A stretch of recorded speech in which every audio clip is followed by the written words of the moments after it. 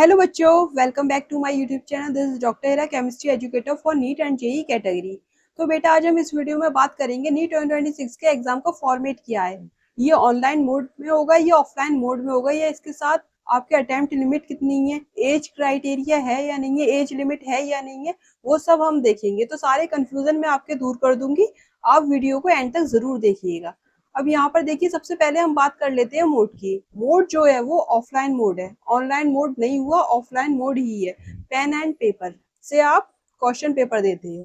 Duration देखिए, यहाँ पर जो ड्यूरेशन है वो 3 आवर्स है। 3 घंटे का आपका पेपर है। जैसे नीट 2025 में हुआ था वैसा ही 3 घंटे का पेपर आपको दिया जाएगा। Total question, number of questions आपके 180 क्वेश्चंस है। मल्टीपल चॉइस क्वेश्चंस होते हैं।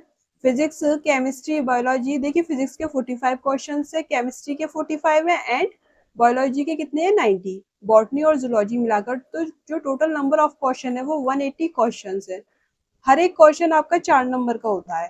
तो यहाँ पर देखिए मार्किंग क्राइटेरिया, अगर आपका एक क्वेश्चन सही है, करेक्ट आंसर है, तो +4 मार्क्स आपको मिलेंगे। अगर गलत है तो +4 में से 1 माइनस हो जाएगा, तो -1 फॉर ईच इनकरेक्ट आंसर।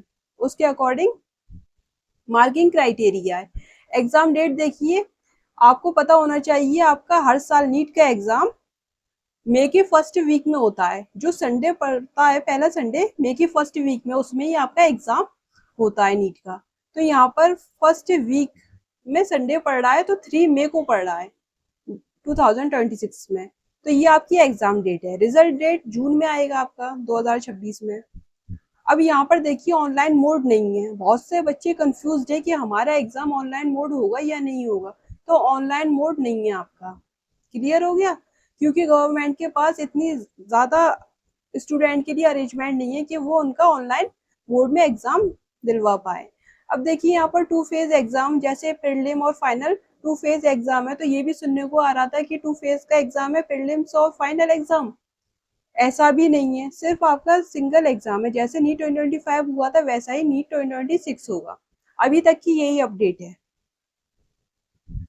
अब देखिए यहाँ पर एलिजिबिलिटी क्राइटेरिया देख लेते हैं। बहुत सारे बच्चे जब फॉर्म फिल करते हैं तो वो उनको पता होना चाहिए उनकी एलिजिबिलिटी क्राइटेरिया क्या है। देखिए यहाँ पर आपकी मिनिमम एज जो है वो 17 ईयर्स होना चाहिए, दिसंबर 31 2026। इससे पहले आप 17 ईयर्स के हो जाना चाहिए। अपर एज लिमिट क्या है आपकी? कोई एज लिमिट नहीं है। आप कितने भी बड़े हो, कितनी भी एज के हो, नीट का एग्जाम दे सकते हो। अभी इस पर कोई एज लिमिट नहीं लगी, ठीक है। यहाँ पर बच्चों का डाउट था, एक कमेंट आया था, मैम अटेम्प्ट लिमिट या एज लिमिट है या नहीं है। तो मैं आपको बता दूं कोई एज लिमिट नहीं है। क्लियर हो गया ये डाउट? इससे बच्चे बहुत डरते हैं। तो ये देख लीजिए, अभी तक कोई एज लिमिट अप्लाई नहीं हुई। नंबर ऑफ अटेम्प्ट, कितने भी अटेम्प्ट आप दे सकते हो, अनलिमिटेड है। एजुकेशनल क्वालिफिकेशन क्या होना चाहिए आपकी? तो यहाँ पर देखिए, पास क्लास ट्वेल्थ आप पास हो। किससे? फिजिक्स से, केमिस्ट्री से, बायोलॉजी या बायोटेक्नोलॉजी हो। बायोलॉजी हो या बायोटेक्नोलॉजी भी हो तो चलेगा। इंग्लिश, ये सब सब्जेक्ट होते हैं आपके। अब देखिए यहाँ पर percentage in 12th class. 12th class में आपकी कितनी परसेंटेज होगी जब आप फॉर्म फिल कर पाएंगे? देखिए यहाँ पर जनरल कैटेगरी के लिए 50%, मिनिमम 12 मार्क्स के 12th क्लास के मार्क्स ही है। ओबीसी एससी एसटी के लिए 40% है। पीडब्ल्यूडी जनरल कैटेगरी के लिए 45% है परसेंटेज है 12th क्लास की। पीडब्ल्यूडी रिजर्व्ड के लिए 40% है। इतने आपके मार्क्स आने चाहिए, इतनी परसेंटेज आपकी 12th क्लास में होनी चाहिए। इतनी तो होती है, आराम से आ जाती है। अब देखिए यहाँ पर सिलेबस अपडेट, बहुत सारे बच्चे कंफ्यूज हो रहे होंगे सिलेबस में कोई चेंजेस आए हैं या नहीं आए। तो मैं आपको बता दूं, सबसे ज्यादा प्रॉब्लम कहाँ होती है? न्यू एनसीईआरटी और ओल्ड एनसीईआरटी में। बच्चे क्या करते हैं, ओल्ड एनसीईआरटी पढ़ के जाते हैं, बट होता क्या है, न्यू एनसीईआरटी के अकॉर्डिंग क्वेश्चन करेक्ट माना जाता है। आंसर जो है वो न्यू एनसीईआरटी के अकॉर्डिंग माना जाता है। तो यहाँ पर न्यू एनसीईआरटी आपको फॉलो करनी है। ओल्ड एनसीईआरटी अगर आपके पास है तो आप न्यू एनसीईआरटी ले लो। और जो बच्चे न्यू एनसीईआरटी नहीं ले पा रहे, उनके पास ओल्ड एनसीईआरटी, वो ये सोच रहे हैं कि हमारे पास मतलब उनके पास इतने सफिशिएंट पैसे नहीं है या पैसे वेस्ट नहीं करना चाह रहे, तो आपको क्या करना है, हमेशा न्यू एनसीईआरटी को फॉलो करना है। ओल्ड एनसीईआरटी को आपको फॉलो नहीं करना, क्योंकि जो आपका करेक्ट आंसर माना जाता है वो न्यू एनसीईआरटी के अकॉर्डिंग ही माना जाता है। तो आपको न्यू एनसीईआरटी फॉलो करना है। अगर आपके पास ओल्ड एनसीईआरटी है तो आप क्या करोगे, ओल्ड एनसीईआरटी अगर है, अगर आपके पास न्यू एनसीईआरटी नहीं है तो आप ले आओ। अगर जो बच्चे पैसे खर्च नहीं करना चाह रहे या फिर उनके पास सफिशिएंट अमाउंट में पैसे नहीं है, तो वो एक काम करें, जो आपकी ओल्ड एनसीईआरटी है, ओल्ड एनसीईआरटी आपकी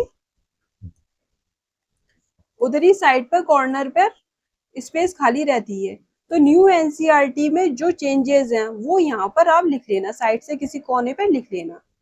और बहुत ज्यादा चेंजेस तो है नहीं, थोड़े बहुत चेंजेस हैं, उसको आप पढ़कर लिख देना।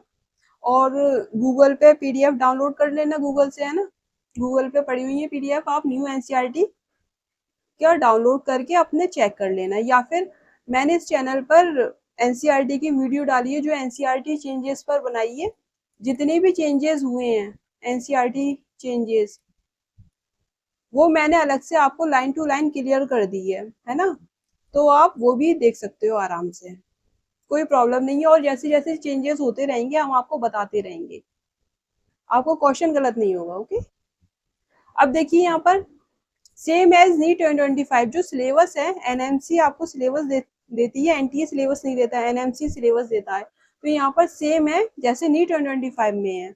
फिजिक्स, केमिस्ट्री, बायोलॉजी, देखिए यहाँ पर फिजिक्स के 20 चैप्टर हैं, केमिस्ट्री के 21 चैप्टर हैं, बायोलॉजी के 33 चैप्टर्स हैं।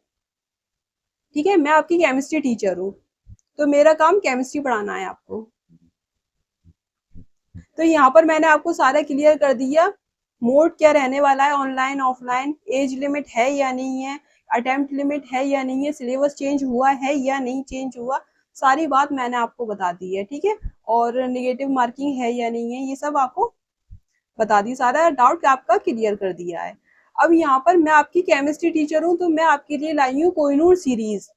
कोहिनूर सीरीज में मैं आपको ऑर्गेनिक केमिस्ट्री के लेक्चर्स प्रोवाइड करवा रही हूँ। तो हम ऑर्गेनिक केमिस्ट्री में देखिए यहाँ पर जीओसी कर रहे हैं। जीओसी में मैंने आपको लेक्चर 2 दे दिया है, application of inductive effect. Her type का क्वेश्चन मैंने आपको इंडक्टिव इफेक्ट से करा दिया है। आप एक बार ये लेक्चर देखना, आपको इंडक्टिव इफेक्ट का हर एक क्वेश्चन बन जाएगा। सारे क्वेश्चन, बहुत सारे क्वेश्चन करवाए हैं, सब क्वेश्चन प्रैक्टिस करवाइए, बहुत अच्छे लेक्चर्स हैं। अगर आप ये लेक्चर्स कर लोगे तो गारंटी से मैं आपसे ये कह रही हूँ 180 मार्क्स लाओगे, 180 आउट ऑफ 180 मार्क्स लाओगे। अब जो स्टार्ट होगा वो रेजोनेंस स्टार्ट होगा, ये लेक्चर 3 है। सारे लेक्चर्स यूट्यूब पर फ्री हैं, A to Z classes chemistry की फ्री रहेगी, आपको इसके लिए कुछ पे नहीं करना, आना है चैनल पर और लेक्चर लेना है। और ये लेक्चर जो है वो नीट और जेई वाले बच्चे ले सकते हैं, साथ में 11th-12th क्लास वाले भी बच्चे ले सकते हैं। बहुत अच्छी क्वालिटी के लेक्चर मैं आपके लिए बना रही हूँ, बहुत मेहनत कर रही हूँ। ओके, ये डॉक्टर हिरा फिरदौस, ये मेरा चैनल है, आप इसको सब्सक्राइब कर लेना, शेयर करो अपने फ्रेंड के साथ, जिनको नहीं पता उनके साथ शेयर करो, कमेंट्स करो, है ना। कोई भी सजेशन आप मुझे देना चाहते हो या कोई भी डाउट है आपका तो आप कमेंट जरूर किया करो, लाइक करो। ओके, और टेलीग्राम पर भी आप हमें ज्वाइन कर सकते हो, ये क्यूआर कोड है, स्कैन कर कर भी आप हमारे टेलीग्राम को ज्वाइन कर सकते हो। So thanks for watching.